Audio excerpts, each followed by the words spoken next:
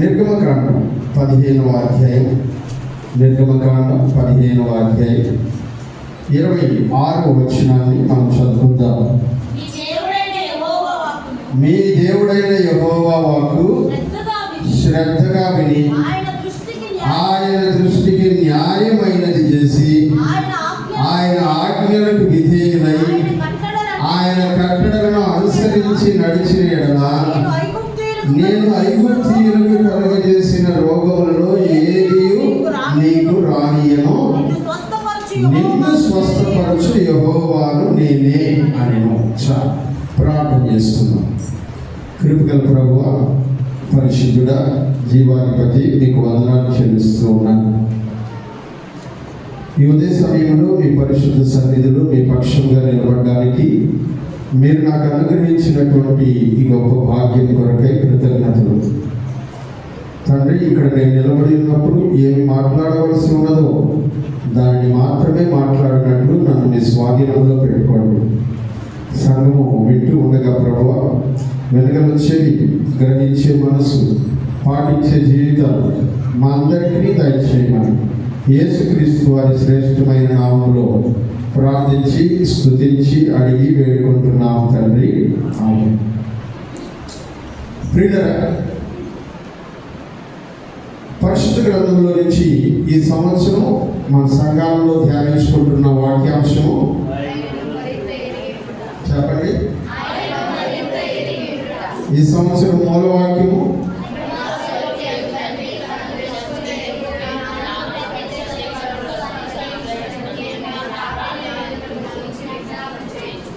ఎఫెసీయులకు రాసిన పత్రిక 1వ అధ్యాయం 17వ వచనం నుంచి 19వ వచనం వరకు ఉన్న మాటల్ని మూలవాక్యంగా చేసుకొని మనము దేవుని వాక్యమును ధ్యానం చేసుకుంటూ ఉన్నాం. ఆయనను గురించి ఎక్కువగా ఎరిగి ఉండుట అనేది ఈ సంవత్సరం మన ధ్యానాంశం. ఇందులో భాగంగా ఇప్పటి వరకు దేవుని గురించి మనం ఎలా ఎక్కువగా తెలుసుకోగలం అనే విశేషంలో మనము ధ్యానం చేసుకుంటున్నాం.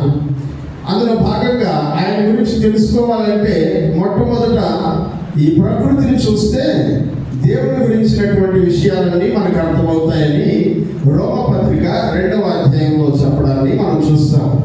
ఆ తర్వాత దేవుని వాక్యమును చదవడం వలన దేవుడు తన గురించి మనకి ఏం చెప్పాలనుకుంటున్నాడో అవన్నిటినీ ఈ పరిశుద్ధ గ్రంథంలో రాసి ఉంచాడు కనుక ఈ దేవుని వాక్యమును చదవడం వలన దేవుని గురించి మరింత ఎక్కువగా తెలుసుకోగలం అనే విషయాన్ని మనము నేర్చుకుంటూ ఉన్నాం. ఆ తర్వాత మూడవదిగా మనం జ్ఞాపకం చేసుకుంటున్నాము, దేవుడితో స్నేహం చేయడం వలన దేవుని గురించి ఎక్కువగా తెలుసుకునే అవకాశము ఉంది. ప్రియులారా, ఆయనతో స్నేహం చేసిన ఎడల నీకు మేలు కలుగును అనేటువంటి విషయాన్ని గురించి మనం ధ్యానం చేసుకుంటూ దేవునితో స్నేహం చేసినటువంటి అనేక మంది భక్తుల జీవితాల్లో దేవుని గురించి వాళ్ళ అభిప్రాయం ఏంటి, వాళ్ళ ఎక్స్పీరియన్స్ ఏంటి, దేవుని గురించి దేవునితో వాడు గడిపినటువంటి సమయం వలన వాళ్ళు ఎలా మేలు పొందారు, దేవుని గురించి వాళ్ళకి ఏం అర్థమైంది అనే విషయాన్ని మనం ధ్యానం చేసుకుంటూ వస్తూ ఉన్నాం కొద్ది వారాలుగా. మొదట అబ్రహాం దగ్గర మనం ప్రారంభించాం. ఎందుకంటే దేవుడే చెప్పాడు, అబ్రహాం నాకు స్నేహితుడు అని ఆయనే చెప్పాడు, నా స్నేహితుడైన అబ్రహాము అని అంటాడు కదా. కాబట్టి ఆయన దగ్గర మొదలు పెడితే అబ్రహాం అన్నాడు, దేవుని గురించి ఇన్ని సంవత్సరాల నా అనుభవంలో దగ్గర 100 ఏళ్ళు ఆయనతో దేవునికి ఉన్నటువంటి అనుబంధం, ఈ 100 ఏళ్ళ అనుభవంలో దేవుడు నాకు ఎలా అర్థమయ్యాడంటే యెహోవా ఈరే అని అర్థమయ్యాడు. అన్నిటినీ చూసుకునేటువంటి దేవుడు, ఎప్పుడు ఏ టైంలో ఏం జరగాలో ఏం చెయ్యాలో నాకేది అవసరమో అన్నిటినీ చూసుకునేటువంటి దేవుడు ఆయన. యెహోవా ఈరే అని నాకు అర్థమయ్యాడు అని అబ్రహాం చెప్పాడు. ఆ తర్వాత హాగరు గురించి మనం ధ్యానం చేస్తాం. హాగరుతో అబ్రహాంతో పోల్చుకుంటే హాగరు దేవుడితో ఉన్నటువంటి అనుబంధం చాలా తక్కువ. అబ్రహాంకి 25 ఏళ్ళ అనుబంధం ఉన్నప్పుడు దేవుడు మాట్లాడాడు, కానీ హాగరుకి దేవుడికి 7 సంవత్సరాలు మాత్రమే అనుబంధం. ఈ 7 సంవత్సరాల అనుబంధంలో హాగరు అంటుంది, దేవుడేమో నాతో తనను తాను బయలుపరుచుకున్నప్పుడు నేను నీ ప్రార్థన వినే దేవుడను, ఇష్మాయేలు దేవుడను అని చెప్పాడు. నేను ఇందాక సాక్ష్యంలో చెప్పినట్లు ప్రార్థన వినేటువంటి చేసేటువంటి దేవుడు, మన ప్రార్థనలు వింటున్నటువంటి దేవుడు. ఈ వాక్యం విన్న తర్వాత నుంచి బ్లెస్సి స్పెషల్గా ఈ జాబ్ కొరకు ప్రార్థన చేయండి. ఈ వాక్యం చెప్పాను కదా, ఈ ఇస్సాకు గురించి చెప్తున్నా, హాగర్ గురించి చెప్తున్నప్పుడు ఇష్మాయేల్ అనగా ప్రార్థన వినే దేవుడు అని నేను ప్రకటన చేసినప్పుడు బ్లెస్సి ఆ నెక్స్ట్ డే నుంచి ఒక నిర్ణయం తీసుకునింది. అదేంటంటే ఈ రోజు నుంచి నా పుట్టినరోజు దాకా నేను ఉపవాసం ఉండి ప్రార్థన చేస్తాను, దేవుడు నా ప్రార్థన వింటాడో లేదో చూస్తాను అని దేవుడి దగ్గర ప్రార్థన చేయడం ప్రారంభించింది. నేను కూడా గత కొంతకాలంగా ఈ విషయమై ప్రార్థన చేస్తూ ఉన్నాను. దేవుడు జవాబు దయచేసాడు. ప్రార్థన విని నేను నీ ప్రార్థన వినేవాడను అని చెప్పాడు. ఆమెతో చెప్పినట్టు, హాగర్తో చెప్పినట్టు. నేను ఇష్మాయేలు దేవుడు, ఎందుకంటే ప్రార్థనలు వినే దేవుడు అని చెప్పాడు ప్రియులారా. అయితే ఆ గంటది దేవుడైతే నేను వినే దేవుడిని అన్నాడు, కానీ నాకు అంతకంటే ఎక్కువగా అర్థమయ్యాడు దేవుడు. అదేంటంటే ఆయన నన్ను చూస్తున్నటువంటి దేవుడు, ఏల్ రోయి, చూస్తున్న దేవుడు అని ఆయన దేవునికి పేరు పెట్టింది ఆవిడ. ఆ తర్వాత ఇస్సాకు గురించి మనం ధ్యానం చేస్తున్నప్పుడు ఇస్సాకు అంటాడు, నా దేవుడు నిజంగానే యెహోవా ఈయనే దేవుడు. నేను చూశాను మా నాన్నగారి జీవితంలో, నా జీవితంలో ఒక పర్సనల్ ఎక్స్పీరియన్స్ ఉంది దేవుడితో. అదేంటంటే నా దేవుడు రెహబోతు దేవుడు,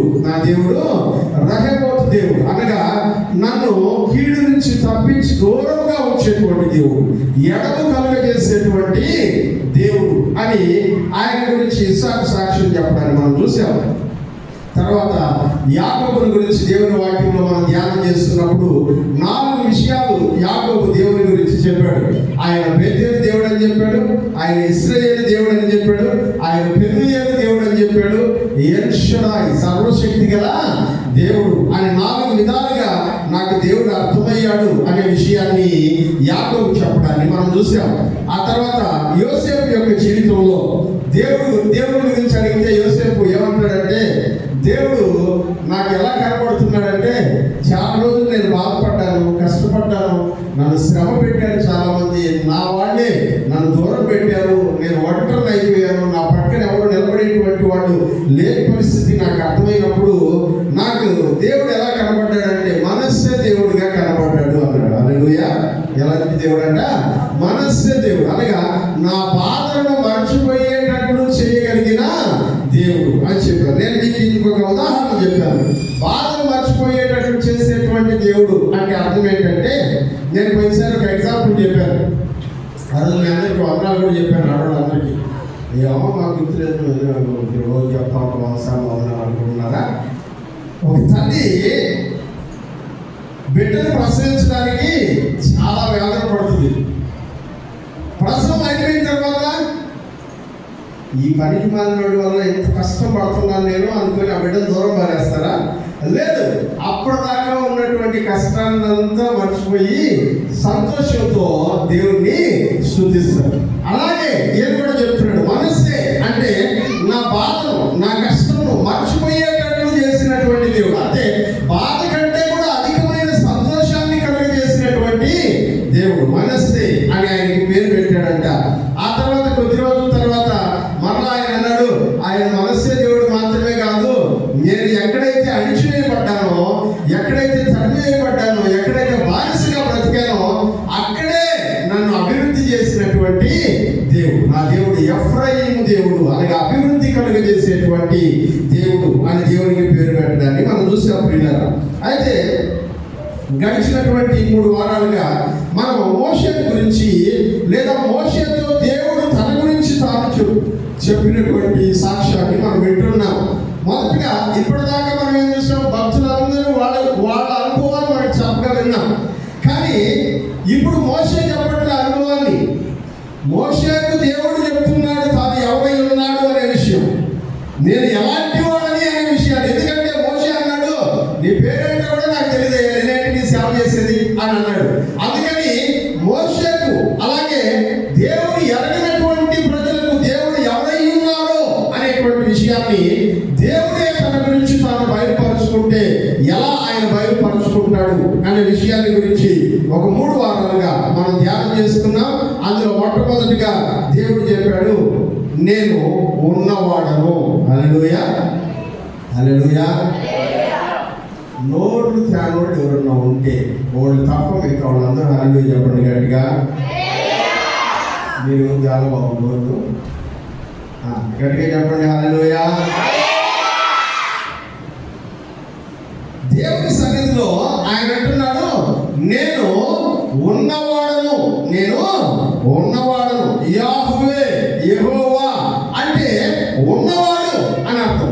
మోషేతో అన్నాడు, నేను అన్ని కాలాల్లోనూ అన్ని స్థలములలోనూ అందరితోనూ ఉన్నవాడను, నేను ఇదే నా పేరు అని చెప్తున్నాడు. దేవుడు చెప్తున్నటువంటి పేరు. ఇప్పుడు దాకా మనుషులు దేవుడికి పెట్టినటువంటి పేరు విన్నాం. ఇప్పుడు దేవుడే తన గురించి తాను పరిచయం చేసుకోవాల్సి వస్తే ఆయన ఏమంటున్నాడంటే, నేను ఉన్నవాడను అని చెప్పాడు. ఆ తర్వాత 2వ వారంలో మోషేకి చెప్తున్నాడు, మోషే నేను నీతో ఉన్నవాడను అని చెప్తున్నాడు. నేను నీతో ఉన్నవాడు. ఎలా ఉంటాడు మోషేతో? ప్రభువా, వాడు నన్ను నమ్మరు ప్రభువా అని అంటే, నేను నమ్ముతాడు, నమ్మేటట్లుగా నేను చేస్తాను. నీ చేతిలో ఉండే కర్రతో నేను ఉంటాను, నీ చేతితో నేను ఉంటాను. అలాగే నువ్వు ఎవరిని అసిస్టెంట్గా పెట్టుకుంటావో వాళ్ళతో నేను ఉంటాను. నీ యొక్క జీవితంతో నేను ఉంటాను. నేను నీకు తోడుగా ఉన్నవాడను. హల్లెలూయా. మోషేతో దేవుడు చెప్తున్నాడు, నేను నీకు తోడుగా ఉన్నటువంటి దేవుడు. నీ చేతి కర్రతో నేను ఉంటాను, నీ నోటి మాటతో నేను ఉంటాను, నీ హృదయంతో నేను ఉంటాను, నీ చేతుల్లో నేను ఉంటాను. అలాగే నువ్వు ఎవరిని సహకారంగా తీసుకుంటావో వాళ్ళకు కూడా నేను తోడై ఉంటాను. నేను నీకు తోడుగా ఉన్నవాడను. ఈ మాటని మనం గమనించాం. గడిచిన వారంలో ఇశ్రాయేలు ప్రజలకు దేవుడు ఉన్నవాడను అని బయలుపరచుకోవాలి. మోషేకి అర్థమైపోయింది. ఇప్పుడు మోషే ఎవరికి చెప్పాలంట? ఇశ్రాయేలు ప్రజలకు చెప్పాలి ఆయన ఉన్నవాడను అనే విషయాన్ని. ఇశ్రాయేలు ప్రజలకు ఎలా చెప్తాడు ఆయన? తన అనుభవాల గురించి వాళ్ళకి చెప్తూ, ఇదిగో దేవుడు నాతో ఇలా ఉన్నవాడు అని చెప్పాడు, ఆయన ఉన్నవాడుగా రుజువు చేసుకున్నాడు అని తెలియజెప్తూ ఉండగా ఇశ్రాయేలు ప్రజలందరితో అన్నాడంట, నేను మీరు ఐగుప్తు దేశంలో బాధలు భరించడం ప్రారంభమైనప్పటి నుంచి మీ ప్రార్థనలను వింటున్నవాడను అని చెప్పాడు. హల్లెలూయా. వింటూ ఉన్నవాడను, అందుకే ఇష్మాయేల్ అని చెప్పాడు. నేను మీ ప్రార్థనలు వింటూ ఉండేటువంటి వాడను. మీరు ప్రార్థన చేయడం మొదలుపెట్టిన రోజు నుంచి నేను వింటూ ఉన్నాను. మీ ప్రార్థనలన్నీ వింటున్నాను, మీ కన్నీళ్ళన్నింటినీ చూస్తున్నాను. అందుకని ఆయన అంటున్నాడు, మిమ్మల్ని శ్రమ పెట్టు వారి దగ్గర మీరు పడుతున్న బాధలన్నిటినీ నేను చూస్తూ ఉన్నాను అన్నాడు. నేను చూస్తూ ఉన్నాను అన్నాడు. అంతేకాకుండా ఆయన అన్నాడు, ఇదిగో నేను ఉన్నవాడను అనే విషయం మీకు రుజువు చేయడానికి మీ పక్షంగా నేనుండి మీ శత్రువులతో నేను యుద్ధం చేస్తాను అన్నాడు. హల్లెలూయా. నేను మీ పక్షంగా ఉంటాను, మీ శత్రువులతో నేను యుద్ధం చేస్తాను. ఎలా యుద్ధం చేస్తాడంటే, ఇదిగో మీరు చూస్తూ ఉండండి, ఇశ్రాయేలు ప్రజలు మాత్రం క్షేమంగా ఉంటారు. మిమ్మల్ని బాధ పెట్టినటువంటి ప్రతి ఒక్కరిని నేను బాధ పెడుతూ ఉంటాను, మీరు దాన్ని చూస్తూ ఉంటారు. మీరు బాధపడరు, వాళ్ళు బాధపడుతూ ఉండగా మీరు చూస్తూ ఉంటారు. ఒకే ప్లేస్ లో ఉంటారు, ఒకే ఊర్లో ఉంటారు, కానీ మీరు దీవించబడుతుంటారు, వాళ్ళు బాధపడుతూ ఉంటారు. వాళ్ళు శ్రమపరచబడుతూ ఉండగా మీరు శ్రమ లేకుండా ఉంటారు. వాళ్ళు కన్నీరు విడుస్తుండగా మీరు కన్నీరు లేకుండా ఉంటారు. వాళ్ళు దుఃఖపడుతుండగా మీరు సంతోషంగా ఉంటారు. వాళ్ళకి అపాయం కలుగుతుండగా మీరు క్షేమంగా ఉంటారు. నేను ఉన్నవాడనే విషయం మీకు అర్థమవుతుంది.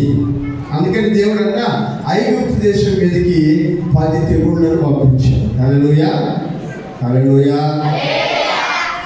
10 తెగుళ్ళు ఏంటో ఎవరైనా చెప్పగలరా?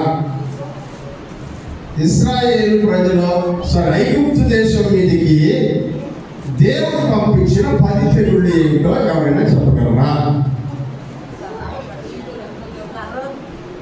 నీళ్లు రక్తంగా మారడం, వడగళ్ళు, సరే ఆటలు తప్పింది, వడగళ్ళు, పేరు, మిడతలు,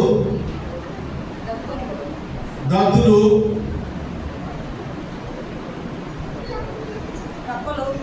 కప్పలు, చీకటి,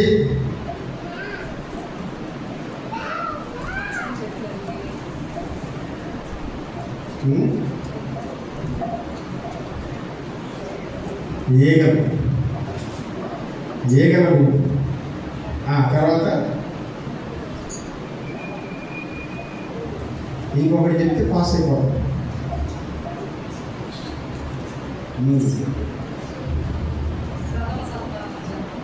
అది లాస్ట్, అందుకని అది చెప్పకుండా, అందుకని ఒకటి చెప్తే పాస్ అవుతారన్న. నేను 8 అయినా 10లో ఒకటి, అది లాస్ట్. ఇంకొకటి ఉన్నారు, చెప్పండి. బైబిల్ ఎదిగితే కూడా కనపడలేదంటే మీరు ఎంత బాగా ఎత్తుతున్నారు చూడండి. విడతలు అయిపోయింది, చెప్పండి. తీసి చూడండి, వరుసగా మొదలు పెట్టండి.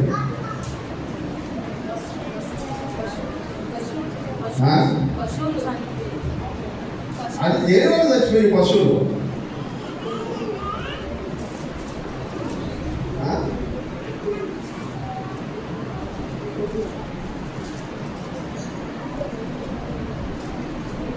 మొట్టమొదటి 7వ అధ్యాయం నుంచి స్టార్ట్ అవుతుంది, చూడండి. నీళ్లు రక్తంగా మారడం, తర్వాత కప్పలు, పేరు, ఈగలు,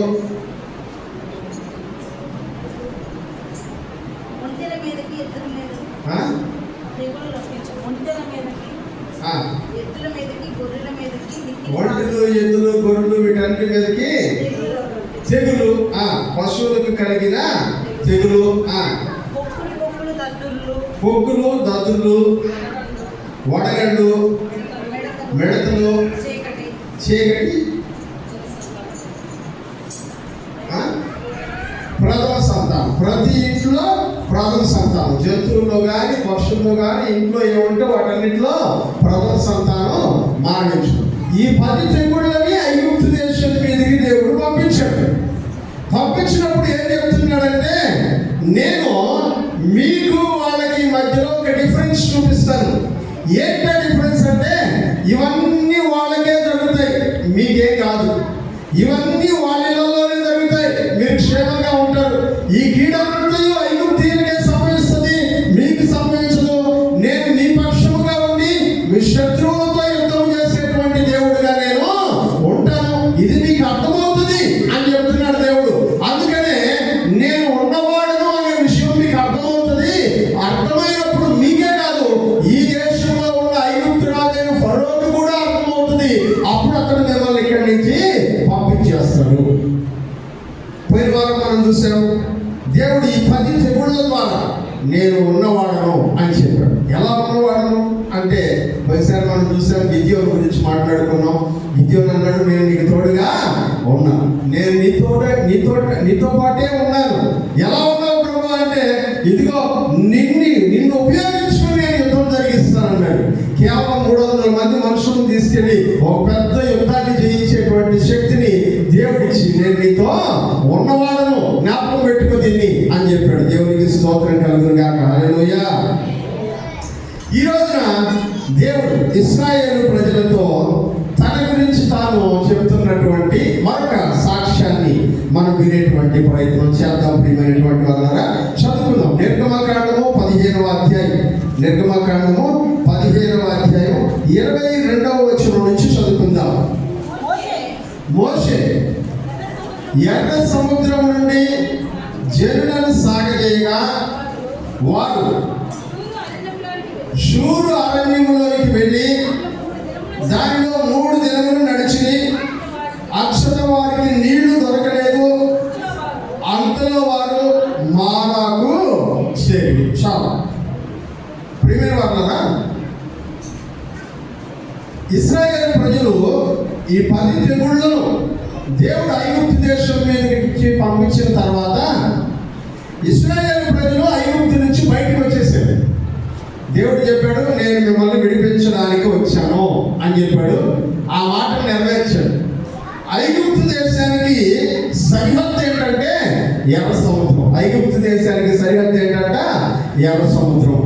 ఎర్ర సముద్రం దాటి అవతలకి వెళ్ళిపోతే ఐగుప్తీయుల యొక్క బానిసత్వంలో నుంచి వీళ్ళు బయటికి వచ్చేసినట్లే. ఎర్ర సముద్రం ఒక సూచన. ఎర్ర సముద్రం ఒక గుర్తు. ఎర్ర సముద్రం విడుదలకు సాదృశ్యం. ఎర్ర సముద్రం విడుదలకి సాదృశ్యం. ఎలా అంటే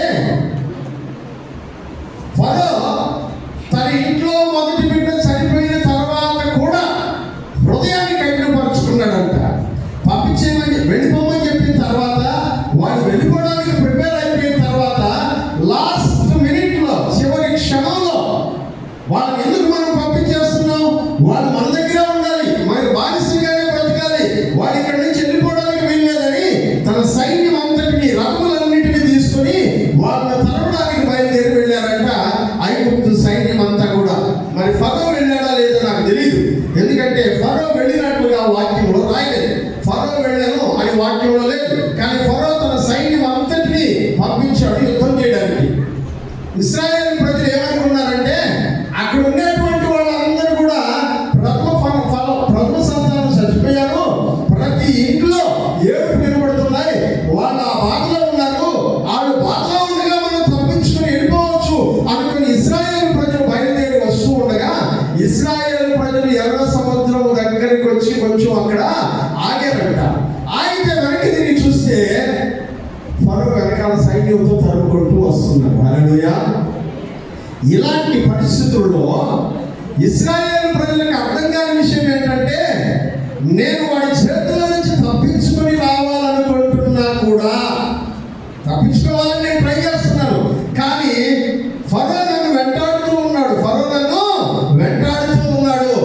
ఈ వెంటాడేటువంటి ఫరో నుంచి శాశ్వతమైనటువంటి విడుదల నాకు కలగాలంటే ఏం చేయాలి? ఇదే ఇప్పుడు వాళ్ళకి అర్థం కానటువంటి విషయం. అందుకని ఇశ్రాయేలు ప్రజలందరికీ ఒక భయం ఏర్పడిపోయింది. ఏమిటా భయం అని అంటే వాళ్ళు మరలా వచ్చి మమ్మల్ని పట్టుకుంటే మరలా ఎక్కడికి తీసుకెళ్తారు? ఐగుప్తులకు తీసుకెళ్తారు. ఇంతకు ముందు కంటే ఇప్పుడు అధికమైనటువంటి బాధలు మమ్మల్ని పెట్టడం ప్రారంభిస్తారు. కాబట్టి నేను విడిపించబడ్డానంటే కంప్లీట్ రిడెంప్షన్, పరిపూర్ణమైనటువంటి విడుదల నాకు కలగాలి. ఆ పరిపూర్ణమైనటువంటి విడుదల కలగాలంటే నేను ఎర్ర సముద్రం దాటితేనే సాధ్యమవుతుంది. కానీ నా వల్ల కావట్లా, నేను ఈ సముద్రాన్ని దాటలేను. ఒకటి కాదు, దాదాపు 25 లక్షల మందిని మా జన సమూహం వీళ్ళందరినీ దాటి చౌదరికి తీసుకెళ్లాలంటే జరిగేటువంటి పనేనా? అర్థం కానటువంటి పరిస్థితుల్లో వాళ్ళందరూ ఏం చేశారంట? మోషే వైపు తిరిగారు. ఎవరి వైపు తిరిగారంట? మోషే వైపు తిరిగి ప్రార్థన చేయడం, మోషేని అడగడం ప్రారంభించారు. ఏమంటున్నారు తెలుసా? మోషే, మమ్మల్ని అక్కడే వదిలేసి ఉంటే మేము అక్కడే బతుకుండేవాళ్ళం కదా, ఈ అడవిలోకి తీసుకొచ్చి ఇక్కడ చంపేయడానికి ట్రై చేస్తున్నాము మమ్మల్ని అందరినీ అని మోషేని అడగడం ప్రారంభించారు. ప్రియమైనటువంటి వాళ్ళ మోషేని అలా అడుగుతున్నప్పుడు మోషే అంట దేవుని వైపు తిరిగాడంట. మోషే దేవుని వైపు తిరిగి, ప్రభువా ఇదిగో నన్ను ఇప్పుడు ఏం చేయమంటావు అని అడిగితే మోషేతో దేవుడు అన్నాడంట, ఇదిగో నీ చేతిలో నేను ఒక కర్ర ఇచ్చున్నాను, నీ కర్రకి నేను తోడుంటానన్నా, కాబట్టి నీ కర్రను ఏం చేయాలంట? ఆ కర్ర పట్టుకొని నీ చెయ్యిని ఎర్ర సముద్రం వైపు చాపు. అంతే. ఇది దేవుడు ఇచ్చే సొల్యూషన్. చాలా సింపుల్. నీ చేతిలో కర్ర ఉంటే ఆ కర్ర తీసుకొని ఎర్ర సముద్రం వైపు చాపు, నేను నీకు తోడుగా ఉంటాను. వాక్యంలో ఏమని రాస్తున్నారంటే ఎర్ర సముద్రం దగ్గర మోషే నిలబడి వెనకాల తరుముకుంటూ వస్తున్నటువంటి సైన్యాన్ని చూసి భయపడుతున్నటువంటి ఇశ్రాయేలు ప్రజలతో అన్నాడంట, దేవుడు మనల్ని ఈరోజు గొప్ప విజయంలోనికి నడిపించబోతున్నారు. మీరేం చేయనక్కర్లేదు, ఊరికే నిలచుండి చూడండి, ఊరికే నిలబడి చూడండి. యెహోవా చేయ కార్యమును మీరు ఊరగా నిలుచుండి చూడండి. ఈ రోజు మీరు చూసిన ఐగుప్తీయుని ఇక ఎన్నటికీ చూడండి. మరలా లైఫ్లో మీకు కనబడు, మరలా లైఫ్లో మీకు కనబడు. ప్రియమైనటువంటి వాళ్ళారా, అపవాది కూడా మనల్ని ఇలాగే తరుగుతూ ఉంటాడు. అపవాది యొక్క చేతిలో నుంచి మనం బయటకు రావాలని మన ప్రయత్నాలు మనం చేస్తుంటాం, కానీ అపవాది వదిలిపెట్టడు. దేవుడు నీ పక్షంగా ఉన్నాడు, నీతో పోరాడుతూ ఉన్నాడు. దేవుడు నీలో ఉండి నీ శత్రువులతో పోరాడుతూ ఉన్నాడు. మొదటి యోహాను పత్రికలో ఇలా అంటాడు, చదువుతాం ఒకసారి ఆ మాట. మొదటి యోహాను పత్రిక 3వ అధ్యాయం అనుకుంటారు. మొదటి యోహాను పత్రిక 3వ అధ్యాయం 1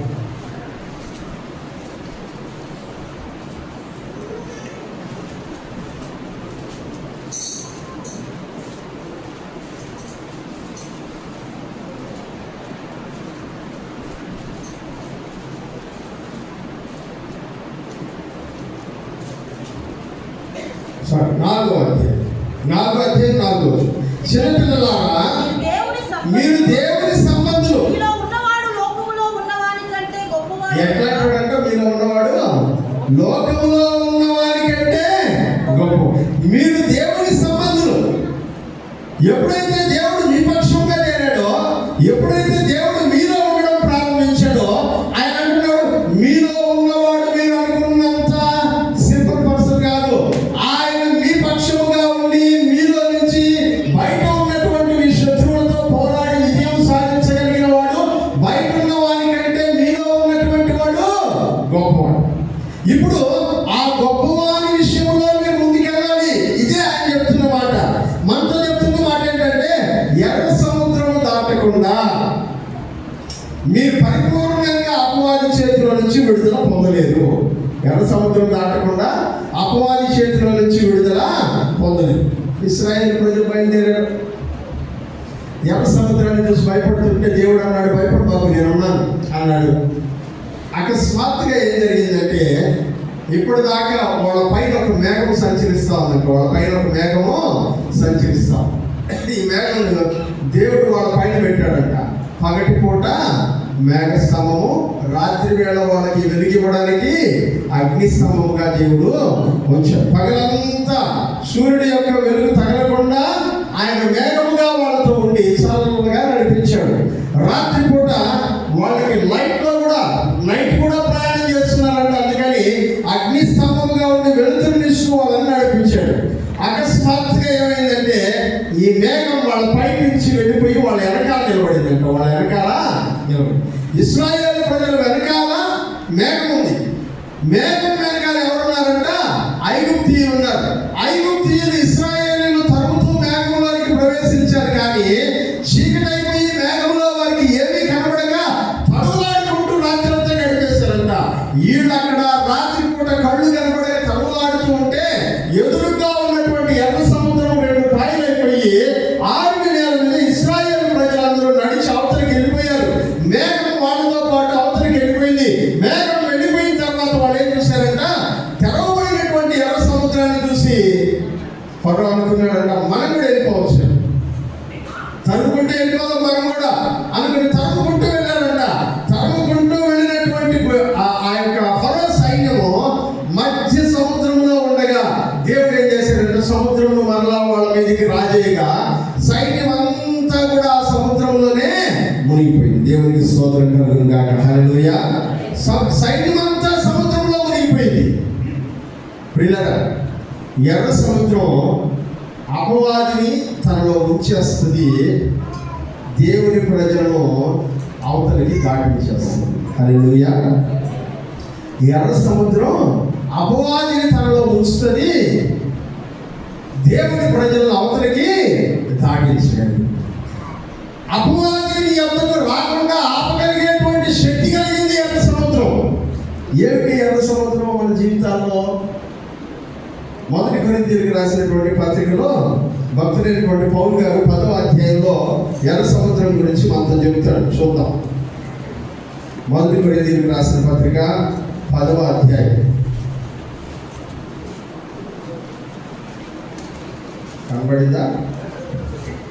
10వ అధ్యాయం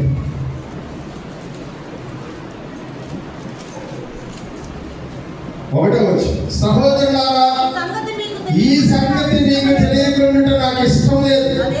అదేదనగా ఎవరంట? మన పితరులు అంటే మోషేతో ఉన్నటువంటి 25 లక్షల మంది మేఘము క్రింద ఉండిరి. వాళ్ళందరూ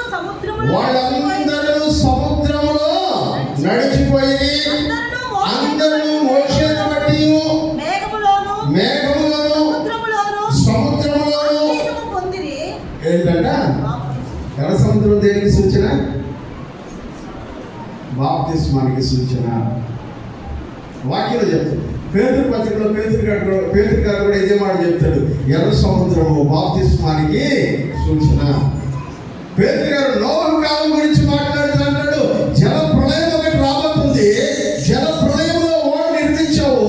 ఆ ఓడలో నువ్వు ప్రవేశిస్తే, ఇప్పుడు వాక్యం అంటున్నాడు, పైన వర్షం ద్వారాను క్రింద నీళ్ళ ద్వారాను నువ్వు బాప్తిస్మం పొందితివి.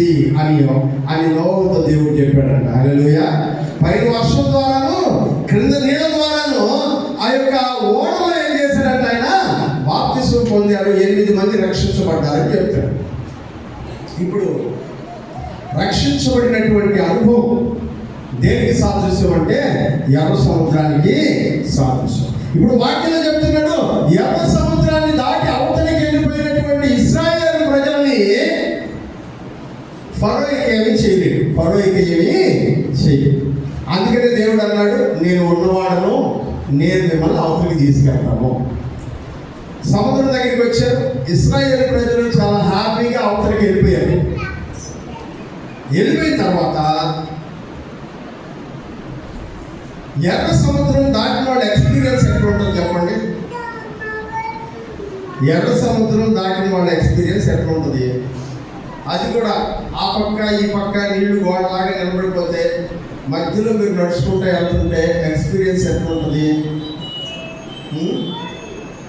ఇప్పుడు మనకి ఇండియాలో చెన్నై దగ్గర నుంచి సముద్రం లోపలి ఒక 4 కిలోమీటర్ల దూరం అండర్ టన్నల్ యాక్వేరియం ఒకటి ఏర్పాటు చేస్తుంది. సముద్రం లోపల గ్లాస్తో ఒక యాక్వేరియం. నువ్వు సముద్రంలో ఉంటావు, గ్లాస్ ఒకటే ఉంటుంది.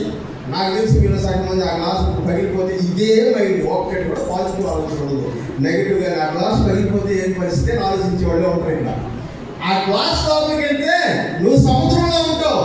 సముద్రంలో ఉన్నవన్నీ నీ చుట్టూ తిరుగుతూ ఉంటాయి. చిన్న చేపల దగ్గర నుంచి పెద్ద చేపల దాకా మీ చుట్టూ తిరుగుతూ ఉంటాయి. ఇప్పుడు ఎర్ర సముద్రం దాటిన వాళ్ళ ఎక్స్పీరియన్స్ ఎట్లుంటుందంటే ఆ టన్నల్లోకి పోయి బయటకు వచ్చిన వాళ్ళ ఎక్స్పీరియన్స్ ఈక్వల్, ఇంకా బెటర్ ఎక్స్పీరియన్స్. ఎందుకంటే మనకు వాటికి మధ్యలో గ్లాస్ అన్నీ అడ్డా ఉంటుంది.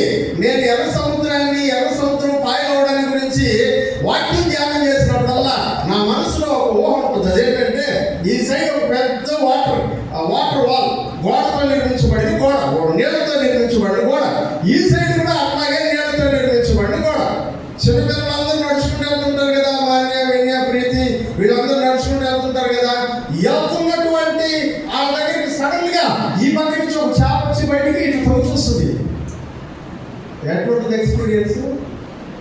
పెద్దోళ్ళందరికీ ఈ నీటి ఆడచి బయటపడిపోతాయో అని భయం ఉంటే, చిన్నపిల్లలందరికీ చాలా ఎక్సైటింగ్గా ఉంటుంది లోపలికి వెళ్ళేటువంటి వాళ్ళందరికీ. అట్లాంటి అనుభవాన్ని దాటుకొని అవతలికి వచ్చిన తర్వాత తరుగుతున్నటువంటి శత్రువులందరినీ మరలా మన కళ్ళ ముందే ఉంచేస్తే ఎటువంటి ఎక్స్పీరియన్స్? బాప్టిజం కూడా అదే ఎక్స్పీరియన్స్ అవ్వాలి. హల్లెలూయా.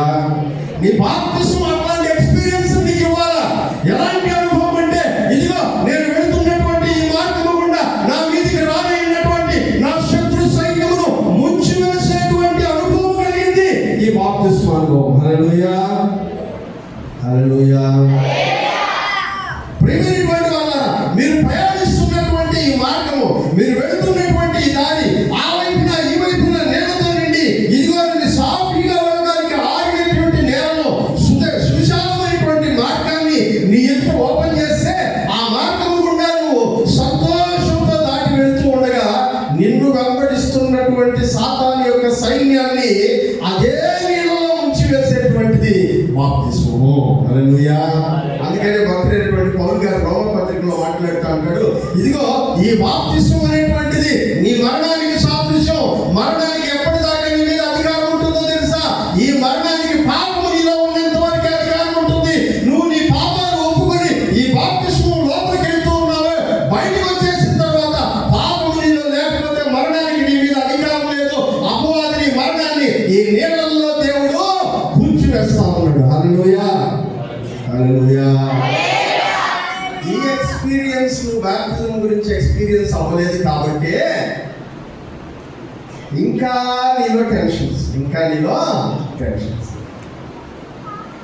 నువ్వు బాప్టిజం తీసుకుంటున్నప్పుడు నువ్వు గుర్తుపెట్టుకోవాల్సిన విషయం, ఈ రోజుతో నా పాపం ఇక్కడ సమాధైపోయింది. అపవాది నీళ్ళలో ఫరో మునిగిపోయాడు. ఇక మీద అపవాది నన్ను తరమలేడు. ఇక మీద నన్ను అపవాది తరమలేడు. నేను ఫ్రెష్, ఫ్రీ. బయటికి వెళ్ళిపోయిన తర్వాత ఎక్కడ ఉంటుంది ఇట్లాంటి ఎక్స్పీరియన్స్ దాటిన తర్వాత?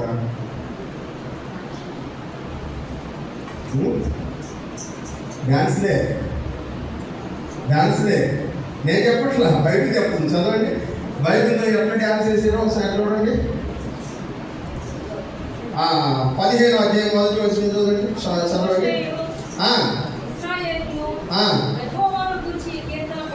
అప్పుడు ఏం చేశారంట, ఇశ్రాయేలు ప్రజలు, మోషే వీళ్ళందరూ కలిసి పాట పాడారంట. నెక్స్ట్ 21వ వచ్చిన చదవండి. 20-21. మరియు అహరోను సహోదరి ప్రవక్తయు మిర్యాము ఏం పట్టుకునిందంట, తమ్ముడు చేత పట్టుకొని స్త్రీలందరూ తమ్ములతోనూ నాట్యములతోనూ ఏం చేస్తున్నారంటే, స్త్రీలందరూ చెప్పండి, నాట్యం చేస్తున్నారంట, డ్యాన్స్ చేస్తున్నారంట. ఎక్కడ? బీచ్. ఎక్కడ? ఎర్ర సముద్రం దగ్గర బీచ్ లో డాన్స్.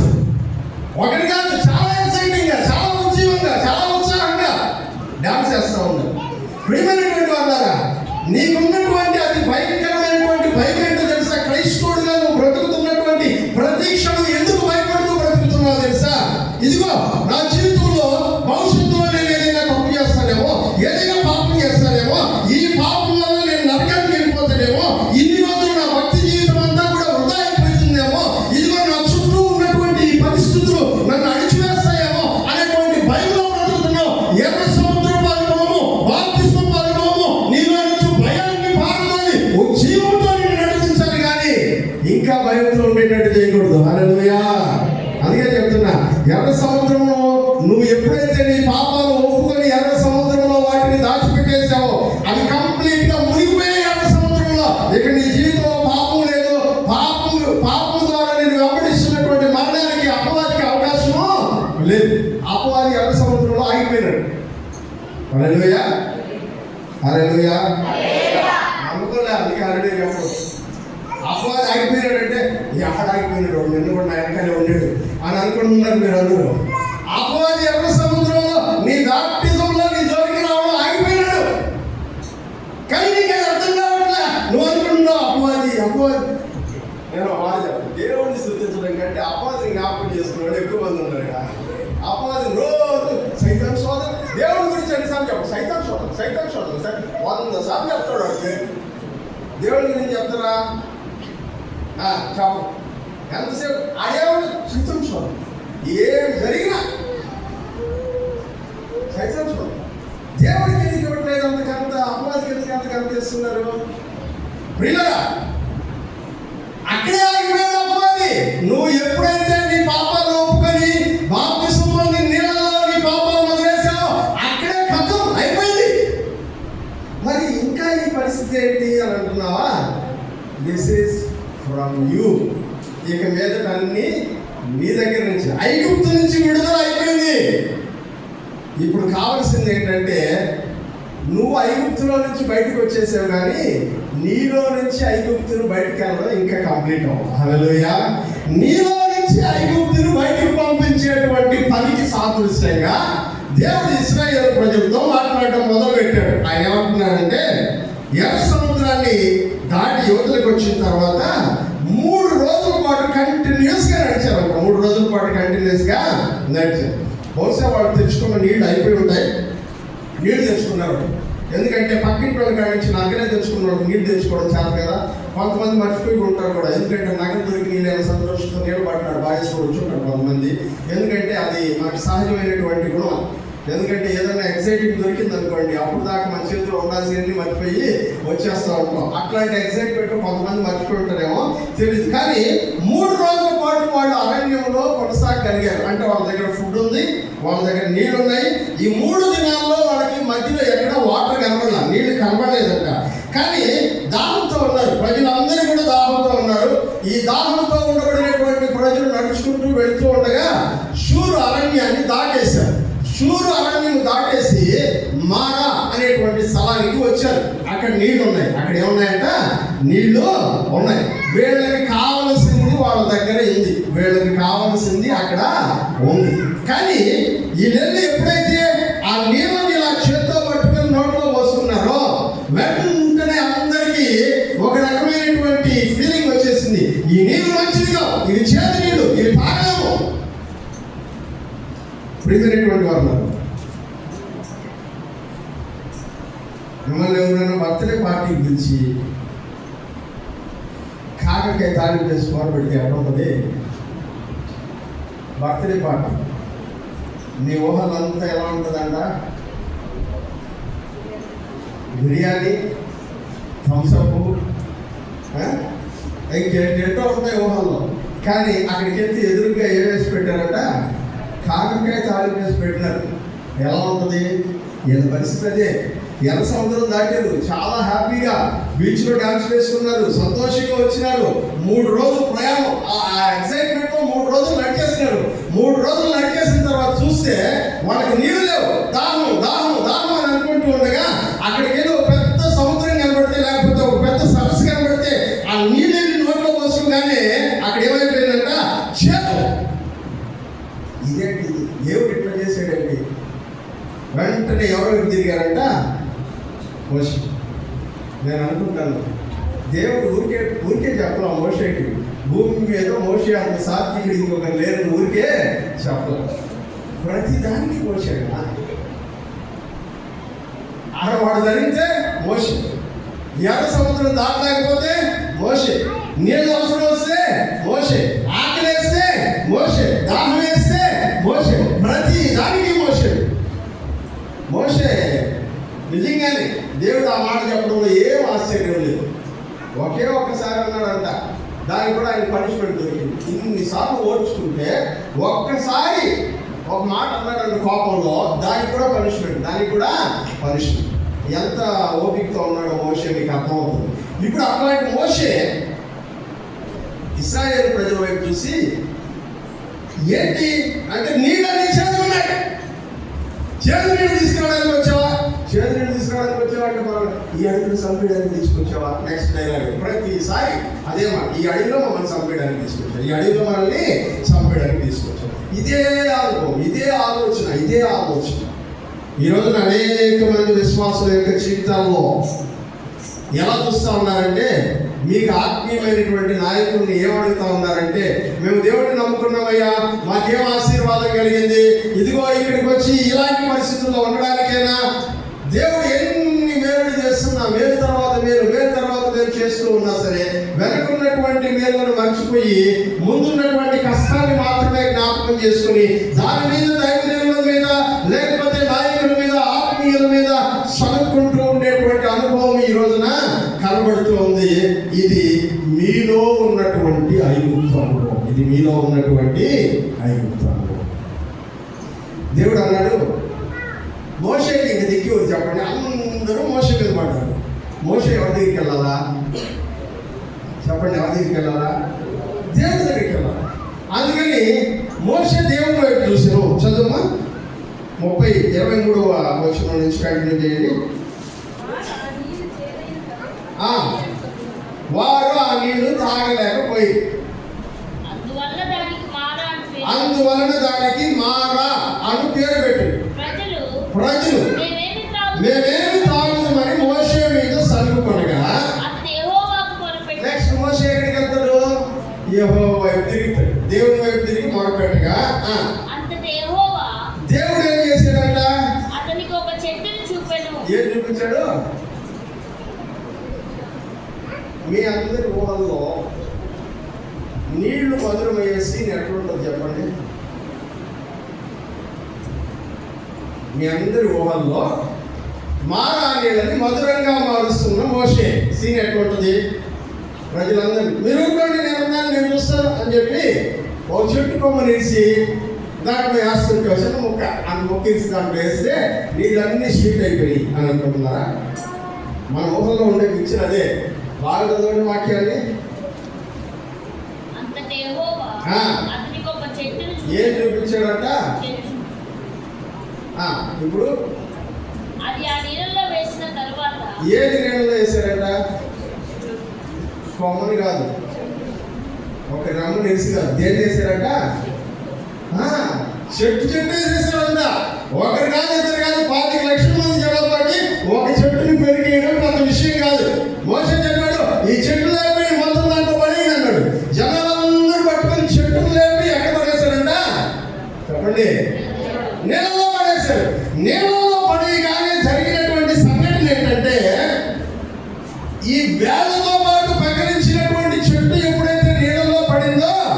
ఈ చెట్టుకున్నటువంటి గుణం ఏంటంటే నీళ్ళల్లో ఉండేటువంటి చేతులంతటినీ తను లాగేసుకుని తనలో ఉండేటువంటి మాధుర్యాన్ని వాటిలోకి పంపించేసింది. హల్లెలూయా, హల్లెలూయా. ఎలా పంపించిందంటే మీకు అర్థమవడం కోసం ఇంకో భాషలో చెప్తా. మా ఇంటి ముందురా ఒక హ్యాండ్ పంప్ ఉండేది మా నాన్నగారి కాలంలో. దాని ప్రక్కనే ఒక ఉసిరి చెట్టు ఉండేది.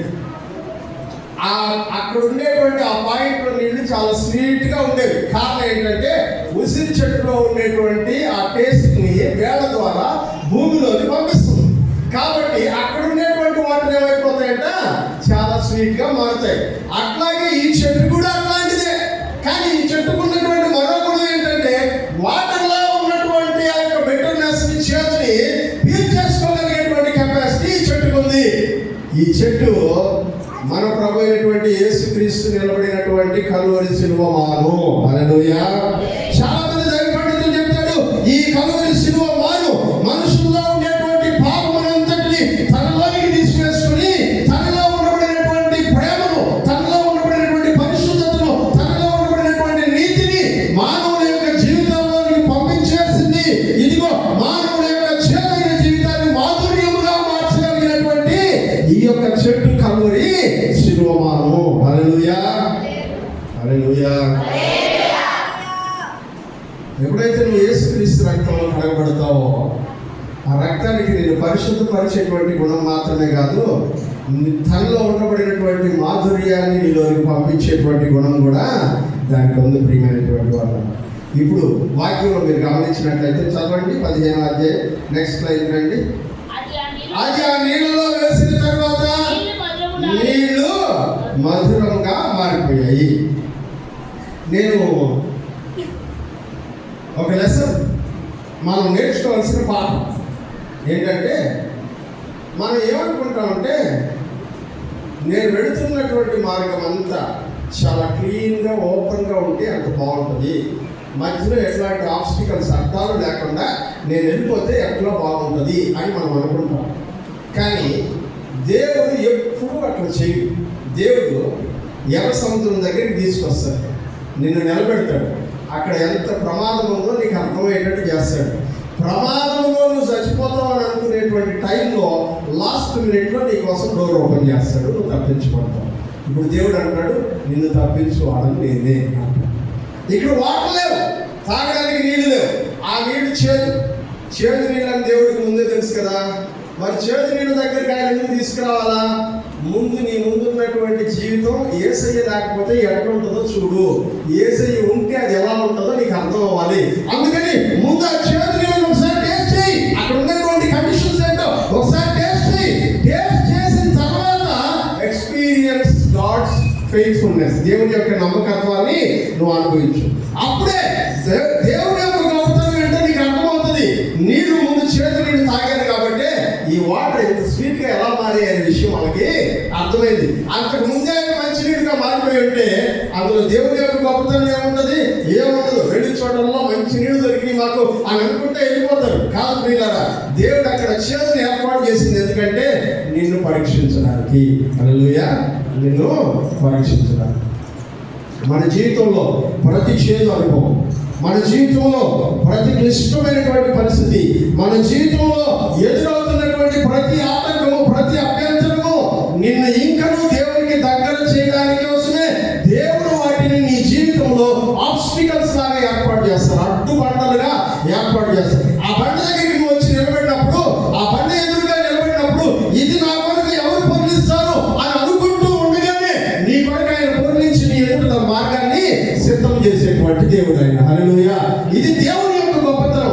ఈ దేవుని యొక్క గొప్పతనం నీకు అర్థమవ్వాలంటే అరణ్య ప్రయాణంలో వెళ్ళాల్సిందే, నీరు లేనటువంటి చోట ప్రయాణించాల్సిందే, మారా నీటిని రుచి చూడాల్సిందే. ఆ తర్వాత దేవుని యొక్క గొప్పతనం నీకు అర్థమవుతుంది. అందుకనే కొన్నిసార్లు బాప్తిసం తీసుకోగానే అన్ని కష్టాలు వచ్చేస్తాయి, చేదు నీళ్ళే వస్తాయి ఫస్ట్. హల్లెలూయా.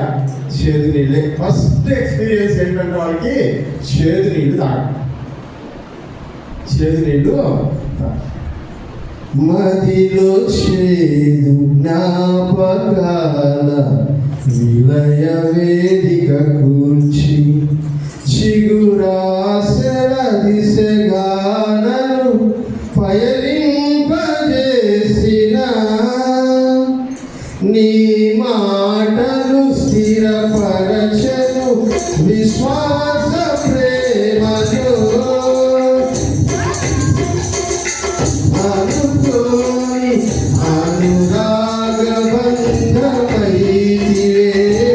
నీవే హృదయ సారథి ప్రగతికి వారధి నీవే హృదయ సారథి ప్రగతికి వారధి స్నేహమే సౌభాగ్యం సంక్షేమ సంతకం నా పాటకే సౌకర్యం నీవేసయ్యా నీవే హృదయ సారథి ప్రగతికి వారధి జ్ఞాపకాలని కూల్చి మధురమైనటువంటి ఆశల్ని కలిగించడం దేవుని యొక్క మొదటి ప్రాధాన్యత. అందుకనే వాక్యంలో చెప్పాడు, అక్కడ వాళ్ళను దేవుడు ఆపి ఏం చేశాడు చదువు. అక్కడ ఆయన వారికి కట్టడను విధించి అక్కడ వారిని పరీక్షించి నీ దేవుడైన యెహోవా వాక్కు శ్రద్ధగా విని ఇక్కడ చెప్తున్నాడు ఆయన, అక్కడ దేవుడు వాళ్ళని టెస్ట్ చేశాడంట, పరీక్షించాడంట. ఎవరు పరీక్షించాడు? చేదు జ్ఞాపకాలలో వీళ్ళు నా ప్రక్కన ఉంటారా లేదా? చేదు అనుభవాలు ఏర్పడుతున్నప్పుడు వీళ్ళు దాన్ని జ్ఞాపకం చేసుకుంటారా లేదా? చేదు అనుభవాలు వెళ్ళాల్సి వచ్చినప్పుడు వీళ్ళు నా గురించి ఏం మాట్లాడతారు? ఒక వ్యక్తిని మనం ప్రేమిస్తున్నామా లేదా అనే విషయం ఎప్పుడు అర్థమవుతుందంటే, మన జీవితంలో వాళ్ళ వల్ల మనం కష్టం అనుభవించినా కూడా వాళ్ళని వదలకుండా ప్రేమిస్తే అది నిజమైన ప్రేమ. హల్లెలూయా. అర్థం కాలేదా? ఒక వ్యక్తి వలన మనం ఇబ్బంది పడినా కూడా వదలకుండా ప్రేమిస్తే అది నిజమైన ప్రేమ. యేసుక్రీస్తు శిలువలో చూపించిన ప్రేమ అదే కదా. శిలువ మాను మీద ఆయన వేలాడుతున్నప్పుడు జనాలందరూ ఆయన తిడుతూ ఉంటే ఆయన వాళ్ళని ప్రేమించాడు. అది తెలియజేస్తున్నాడు. ఇదే నిజమైన ప్రేమ. నిన్ను పరీక్షించడానికి టెస్టింగ్, నిన్ను పరీక్షించడానికి. టెస్ట్ లేకుండా మార్కులు వస్తాయా? పరీక్ష లేకుండా మార్కులు వస్తాయా? వస్తాయి. కరోనా లాంటివి వచ్చినప్పుడు. కానీ దానికి వాల్యూవే ఉండదు. దానికి విలువ ఉండదు. పరీక్ష లేకుండా వచ్చేటువంటి ఫలితానికి విలువ ఉండదు. మా పిల్లలందరూ చదువుకునే వాళ్ళు ఉన్నారు కదా, సంవత్సరం అంతా బడికి వెళ్ళమంటే వెళ్తారు హాయిగా. ఆ పరీక్ష లేకుంటే సార్ నాకు అని అనుకుంటారు. 10th క్లాస్ కూడా ఎట్లా పాస్ అయిపోవాలనుకుంటారు? పరీక్ష లేకుండా కరోనా పాస్ అయిపోతే బాగుంటుంది అని అనుకుంటారు. పరీక్షలు వచ్చే టైంలో కరోనా వచ్చేస్తే బాగుంటుంది అనుకుంటుంటారు వాళ్ళందరూ. వాళ్ళ మనసులో ఉండేది నేను చెప్తున్నా. పరీక్షలో టైంకి కరోనా వచ్చేయాలో పరీక్షలు జరగకూడదు, మళ్ళీ పరీక్షలు అయిపోగానే మళ్ళీ మామూలుగా అన్ని జరిగిపోవాలి. ఇది వాళ్ళ ఫీలింగ్. పరీక్ష లేకుండా వచ్చే ఫలితానికి విలువ ఉండదు. దేవుడు వీళ్ళని ఏం చేస్తున్నాడంట? పరీక్షిస్తున్నాడు. టెస్టింగ్. కట్టడను విధిని నిర్ణయించి వాళ్ళను పరీక్షించి దేవుడు చెప్పాడంట, నేను మిమ్మల్ని పరీక్ష చేస్తున్నాను. నిలబడితే అక్కడికి వెళ్తారు, నిలబడకపోతే డ్రాప్ అయిపోతారు, నిలబడకపోతే ఇక్కడే ఉండిపోతారు. ప్రియమైనటువంటి వాళ్ళ ఇదంతా ఎందుకంటే మారా నీళ్ళలో ఉండేటువంటి చేదు నీ జీవితంలో కూడా ఉంది. నువ్వు మధురమైనటువంటి కణాల దేశానికి వెళ్ళాలంటే నీ జీవితం ముందు మధురంగా మారాలి. మారాలో ఉండేటువంటి చేదు నీ జీవితంలో ఉంది, దాన్ని లాగేయాలి బయటికి. ముందు దాన్ని లాగేయాలి. అది లాగేయబడకుండా నీ జీవితంలో ఉన్నప్పుడు ఐగుప్తిని బయటికి తీసేయకుండా నువ్వు స్వస్థపరచబడే అవకాశమే లేదు. హల్లెలూయా. ఐగుప్తు ఎక్కడుంది? ఎక్కడుంది ఐగుప్తు? ఐగుప్తుని దాటేశాం. ఫరో మునిగిపోయాడు. ఫరో సైన్యం మునిగిపోయింది ఎర్ర సముద్రం దగ్గర, బాప్టిజం దగ్గర ఆగిపోయాడు అపవాది. కానీ ఇంకా నాలో అపవాది కార్యాలు కనపడతా ఉన్నాయంటే ఇన్ని రోజులు లోకంలో బతికావు కదా, అది నేను ఇన్సెక్ట్ అయిపోయింది. నరాల్లో ఏమైపోయిందంట, జీర్ణించుకుపోయింది ఆ పాపం. ఇప్పుడు దాన్ని బయటకు తీయాలి. దాన్ని బయటకు తీయడానికి ఉన్నటువంటి ఆధారం ఏంటో తెలుసా? పరీక్ష. దాన్ని బయటకు తీయడానికి దేవుడు ఉపయోగించేటువంటిది ఏంటో తెలుసా? పరీక్ష. ఈ పరీక్షలో ఆయన నిన్ను శోధించి, నిన్ను పరీక్షించి, నీలో ఉండబడినటువంటి ఐగుప్తుని వెలుపలికి లాగేస్తే నువ్వు వాగ్దాన దేశానికి వారసుడు అవుతావు. ఆ ప్రయత్నంలోనే ఇదంతా చేస్తున్నాడు ఆయన. అందుకనే ఆయన చెప్తున్నాడు, ఆయన అక్కడ వాళ్ళని పరీక్షించి, వాళ్ళని టెస్ట్ చేసి అక్కడికి పంపించడానికి క్వాలిఫైడా కాదా అని చెక్ చేస్తున్నాడు. అప్పుడు మనం తీసేసుకోవాల్సింది ఏంటి? మీద ఐగుప్తు నుంచి వచ్చేసాం బయటికి. ఇప్పుడు మనలో ఉండే ఐగుప్తుని బయటికి పంపించాలి. మనలో ఉండే ఐగుప్తుని బయటికి పంపించాలి. మనలో ఉండే ఐగుప్తు బయటికి వెళ్ళేంత వరకు టెస్ట్ మీద టెస్ట్ జరుగుతూనే ఉంటుంది. టెస్ట్ మీద టెస్ట్ జరుగుతుంది. ఎలా అంటే సామెతల గ్రంథంలో ఒక మాట ఉంది. అక్కడ ఏం చెప్తాడంటే, దేవుని మాటలన్నీ పుట్టము వేయబడినవి, అది 7 సార్లు మట్టి మూసలో కోసి కడిగినంత స్వచ్ఛమైనది అంటుంది. ఎన్నిసార్లు అంట? 7 సార్లు పుట్టములో వేసి కడిగినంత స్వచ్ఛమైన వెండి వంటిది అని అంటుంది. ఎన్నిసార్లు ఫిల్టరేషన్ అంట? 7 times. ఎందుకు? ఒకసారి సరిపోదు కదా? సరిపోదు. ఎందుకంటే మన శరీరంలో ఎంతగా ఊరిపోయిందంటే ఐగుప్తు 7 సార్లు కాదు, 70 సార్లు వాష్ చేసినా వెళ్ళట్లా. 70 సార్లు వాష్ చేసినా వెళ్ళట్లా. అపవాదిని కోల్చడం దేవుడికి నిమిషం పని, కానీ నీలో నుంచి అపవాదిని తీసేయడం ఇప్పుడు దేవుడు చేస్తున్నటువంటి ఒక పెద్ద పని. దిస్ ఇస్ కాల్డ్ సాంక్టిఫికేషన్, పరిశుద్ధపరచబడుట. ఈ పరిశుద్ధపరిచేటువంటి క్రమంలోనే ఆయన నేనేం చేస్తున్నాడంట, పరీక్షకు గురి చేస్తూ ఉన్నాడు. ఒకసారి కాదు, 2 సార్లు కాదు, 7 సార్లు పరీక్షిస్తే కానీ నీలో నుంచి ఆ ఇంప్యూరిటీస్ అన్ని బయటకు వెళ్ళే ఛాన్స్ లేదు. సాధారణంగా ఏదైనా ఒక మెటల్ని, ఒక ఆర్టికల్గా, ఒక వస్తువుగా, ఏదైనా ఒక లోహాన్ని ఒక వస్తువుగా తయారు చేయాలంటే ముందు ఆ లోహంలో ఉండేటువంటి ఇంప్యూరిటీస్ అన్నింటినీ తీసేయాలి. దాంట్లో ఉండేటువంటి పనికిరాని వాటన్నింటినీ తీసేయాలి. అందుకని ఏం చేస్తారు, ఆ లోహాన్ని తీసుకొచ్చి ముందు కొలిమిలో వేస్తారు. దాంట్లో నుంచి కొంత బయటకు వస్తుంది. మిగిలిన పనికిరాని చెత్తమంతటిని పక్కన పడేసి ఉపయోగపడేదాన్ని తీసుకుంటారు. మరలా దీన్ని తీసుకెళ్ళి ఇంకొక ఫర్నేస్లో వేస్తారు. అలా 4-5 సార్లు వేడి చేసిన తర్వాత కానీ వాళ్ళకి అవసరమైనటువంటిది దానిలో నుంచి బయటకు తీయడం చాలా కష్టము.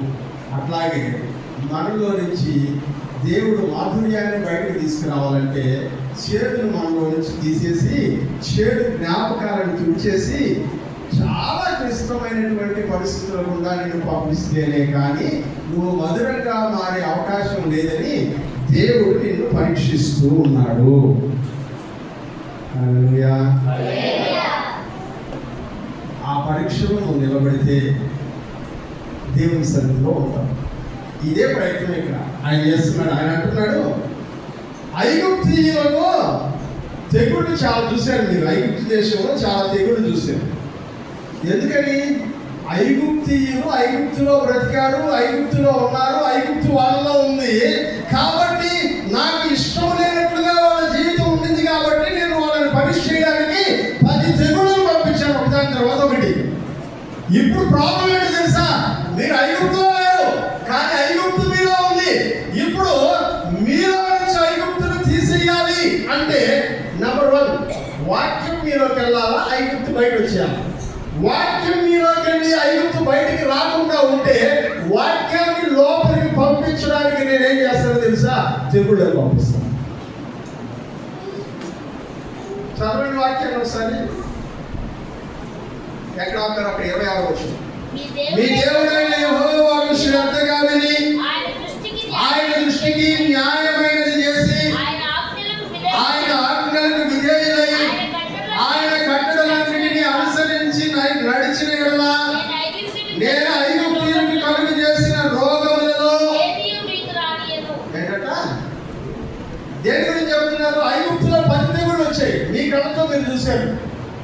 ఎంత భయంకరమైనటువంటి డిస్ట్రాక్షనో మీరు చూశారు. కూలిపోవడం అంటే అది. ఐగుప్తు దేశం ఒక సామ్రాజ్యంగా ఉండడం ఆగిపోయింది ఆ రోజుతో. అప్పుడు దాకా ఐగుప్తు సామ్రాజ్యమే నెంబర్ 1 సామ్రాజ్యం ప్రపంచంలో. కానీ ఇప్పుడు ఐగుప్తు సామ్రాజ్యం ఇక మీద సామ్రాజ్యమే లేదు. దాని యొక్క సామ్రాజ్యం అంతా కూడా ఆ కెపాసిటీ అంతటి దేవుడు కూల్చేశాడు, పతనావస్థకి తీసుకొచ్చేసాడు. 10 తెగుళ్ళను పంపించి ఎక్కడి నుంచి మొదలెట్టాడు? వాటర్ని కొట్టడం స్టార్ట్ చేశాడు, నీళ్ళని కొట్టడం స్టార్ట్ చేసి ఫస్ట్ బాండ్ దాకా, ప్రథమ ఫలమైనటువంటి ప్రథమ సంతానం దాకా అక్కడ ఉండేటువంటి గాలిని పొల్యూట్ చేశాడు, వాటర్ని పొల్యూట్ చేశాడు, ఆ హెల్త్ని పొల్యూట్ చేశాడు, పశువుల్ని పొల్యూట్ చేశాడు. అక్కడ ఏమేమి చేయాలో అన్ని రకాలుగా వినాశనాన్ని కలిగించాడు. ఎందుకంటే నిన్ను అందులోంచి బయటికి తీసుకున్నాను. ఇప్పుడు నీలో నుంచి ఐగుప్తుని బయట తీయడానికి మరలా వాటిని నీ మీద పంపిస్తాను. అవి రాకుండా ఉండాలంటే దేవుని మాట విను. ఇప్పుడు చదువులని 26 బాగా అర్థమవుతుంది.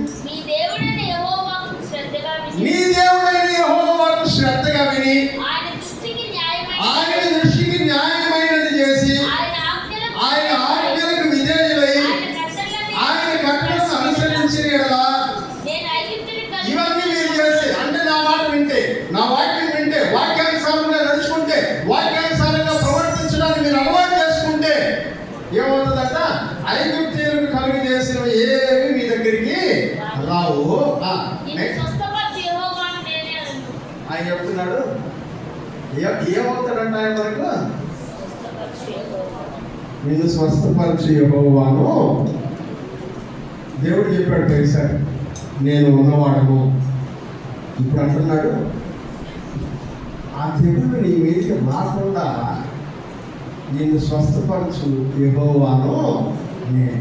యెహోవా రాఫా, యెహోవా రాఫా. నేనుండేది అందుకే, నిన్ను స్వస్థపరచడానికే. ఎలా స్వస్థపరచాలో తెలుసా? నీలో ఉండేటువంటి ఐగుప్తుని కంప్లీట్గా తీసేసి. ఈ మధ్యకాలంలో ఒక బ్రదర్ హాస్పిటల్కి వెళ్ళారు, బాగాలేక. హాస్పిటల్కి వెళ్తే వాళ్ళు చెప్పారు, నీ ఇంటెస్టైన్లో ఒక పార్ట్ బాగా దెబ్బతినింది, దాన్ని కట్ చేసి రిమూవ్ చేస్తే కానీ నీకుండేటువంటి ఈ ఇన్ఫెక్షన్ తగ్గదు. నేను అన్నట్టు ఏదన్నా మందు ఇవ్వండి సార్, తగ్గిపోతుంది కొంతకాలానికి. ఎందుకంటే మనోడికి ఆపరేషన్ అంటే భయం, మనోడికి ఆపరేషన్ అంటే భయం. కానీ ఆపరేషన్ అంటే భయపడేవాడు చికెన్ కొట్టేస్తాం. కానీ ఆపరేషన్ అంటే మనం ఇంకొకటి నడుస్తాం, మనం నరికించుకోవాలంటే భయం, మనం నరికించుకోవాలంటే భయం. డాక్టర్కే ఆపరేషన్ అంటే ఎక్కువ భయం, ఎందుకంటే అందరికి వస్తూ ఉంటాడు డాక్టర్, ఆయనకే ఎక్కువ భయం ఉంటుంది. అట్లాగే ఇతనికి కూడా అట్లాంటి ప్రాబ్లం వచ్చింది. డాక్టర్ చెప్పాడు తీసేయాలి. అది ఉన్నంత కాలం ప్రాబ్లం, అది ఉన్నంత కాలం ప్రాబ్లం. అట్లాగే మీ జీవితంలో ఐగుప్తు ఉన్నంత కాలం ఇన్ఫెక్షన్ పెరుగుతూ ఉంటుంది. ఒక్క చోట కూడా అది ఉండడానికి వీలు. Is a cancer. ఐగుప్తు అనేది నీ జీవితంలో క్యాన్సర్ లాంటిది. ఒక చోట ఉంటే పాకిపోతూ ఉంటుంది, శరీరం అంతా, జీవితం అంతా పాకిపోతుంటుంది. అందుకనే భక్తుడైనటువంటి పౌలు దాన్ని ఏమన్నాడంటే, పులిసిన పిండి కొంచెమైనను ముద్దంతయు పులియజేయమని మీరు ఎరుగరా. పాపం అనేది ఎక్కడో కొంచెం ఉన్నా కూడా మిగిలినటువంటి జీవితాన్ని అంతటినీ పాడు చేస్తుందని మీకు తెలుసు కదా. ఆ కొంచెం కూడా లేకుండా బయట తీసేయాలి. నిన్ను స్వస్థపరచు యెహోవాను, నిన్ను స్వస్థపరచు యెహోవాను. ఎందుకు చెప్పాడు వాక్యంలో? గాయపరచువాడను నేనే, గాయమును కట్టువాడను నేనే. ఎందుకు చెప్పాడు? మరి చదువుతాం వాక్యాన్ని మనం. గాయపరచువాడను నేనే, గాయమును స్వస్థపరచువాడను నేనే ఎందుకు చెప్పాడు? ఎందుకు గాయపరుస్తున్నాడు? నీలో ఆల్రెడీ ఉండేటువంటి ఇన్ఫెక్షన్ తీసేయడానికి. మళ్ళీ గాయాన్ని స్వస్థపరచువాడు కూడా ఆయన. నీలో ఉండే ఐగుప్తును బయటికి తీయడానికి నీకు రోగం తెప్పిస్తాడు. అదే ప్లేస్ లో నీలో ఉండే ఐగుప్తు బయటికి వెళ్ళిపోగానే నీ శరీరాన్ని మరలా బాగు చేస్తాడు. దేవునికి స్తోత్రం కలుగును గాక. హల్లెలూయా. అందుకనే అంటున్నాడు, నేను యెహోవా రాఫాను. చూశారు కదా ఐగుప్తీయులు ఎలా అయిపోయారో. ఆ ఐగుప్తీయులకు వచ్చినటువంటి వాటిలో ఏది మీ దగ్గరికి రాకూడదంటే ఇది మీ దగ్గర పెట్టుకోండి. ఇది మీ దగ్గర పెట్టుకున్నాడు, దీనికి పెట్టుకున్నారు బొమ్మలు కాదు. మనోడు చాలా మందికి అలవాటు. సార్ రాత్రి అంతా తల కింద పెట్టుకొని నిజమైనా సార్ బయటలో. అయినా కూడా విపరీతమైన కలాపం వస్తూనే ఉంటాయి సార్. వస్తాయి. దీనికి దానికి సంబంధం. ఇది ఎక్కడుండాలా చెప్పండి? ఎక్కడుండాలా? ఏమో మా షెల్ఫ్లో ఉండాలని తెలుసు, అందుకే షెల్ఫ్లో పెడతా ఉండాలా? ఇది ఎక్కడుండాలా? 119 కీర్తన చదవండి. 119 కీర్తన.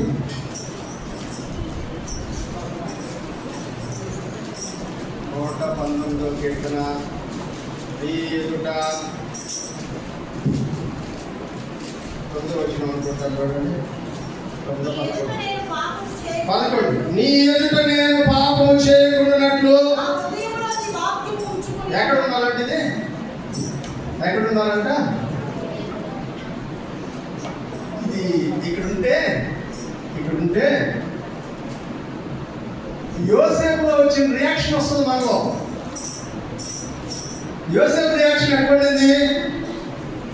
పోతీఫర్ భార్య ప్రేరేపిస్తూ ఉండగా ఇంకా అల్టిమేట్, ఇంక తట్టుకునేటువంటి కెపాసిటీ లేదు, అయిపోయింది అని అనుకుంటున్నప్పుడు ఆయన ఒకటే మాట చెప్పాడు, నేను దేవునికి విరోధంగా పాపము చేయలేదు.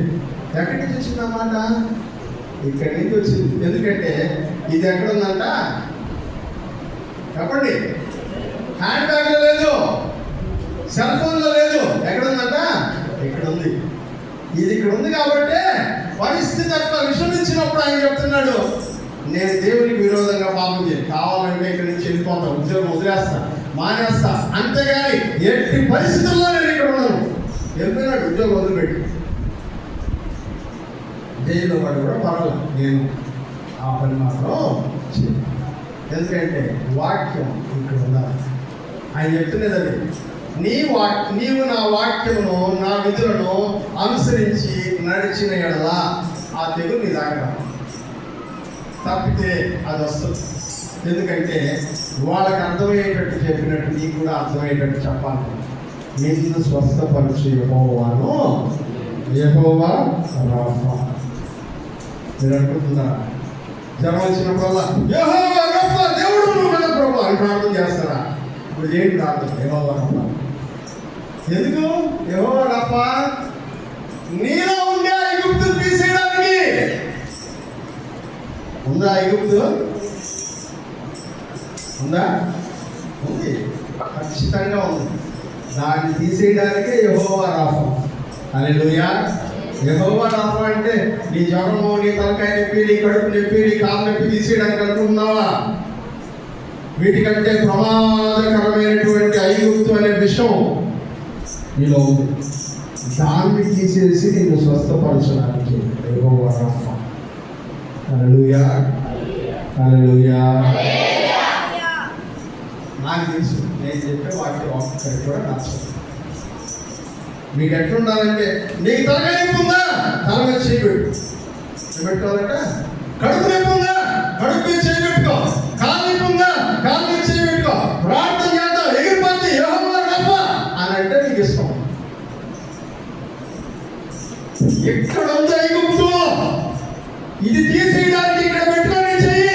యేసుక్రీస్తు యొక్క వాక్యాన్ని అక్కడికి పంపించు. యెహోవా రాఫా ఐగుప్తు వెళ్ళిపోతుంది జీవితంలో నుంచి. ఎంత తడిసినా కూడా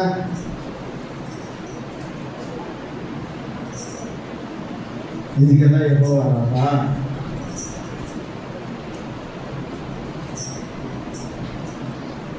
నీ మనసు, నీ జీవితం, నీ హృదయపు లోతులు ఎక్కడో కనబడకుండా దాక్కున్నటువంటి కొంచెం ఐగుప్తును కూడా యేసుక్రీస్తు యొక్క రక్తం చేత కడగబడి, ఆయన శిలువ మాటలోనే చూస్తున్నటువంటి రక్తం చేత కడగబడి నీ జీవితాన్ని మధురంగా మార్చుకోగలిగితే యెహోవా రాఫా. నీళ్ళను బాగు చేయడం కాదు, నీ జీవితాన్ని బాగు చేయడం యెహోవా రాఫా. కళ్ళొచ్చి ప్రార్థన చేసి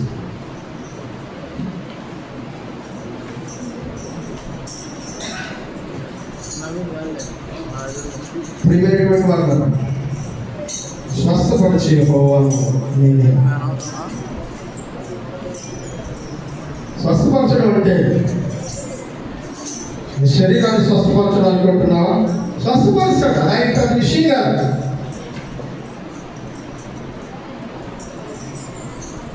పన్నెండు సంవత్సరాల నుంచి రక్తస్రావం కలిగిన స్త్రీని అయిపోయింది, మా ఇంట్లో బాగైపోయినాం అని ఒక మాట చెప్పి పంపించేశాడు.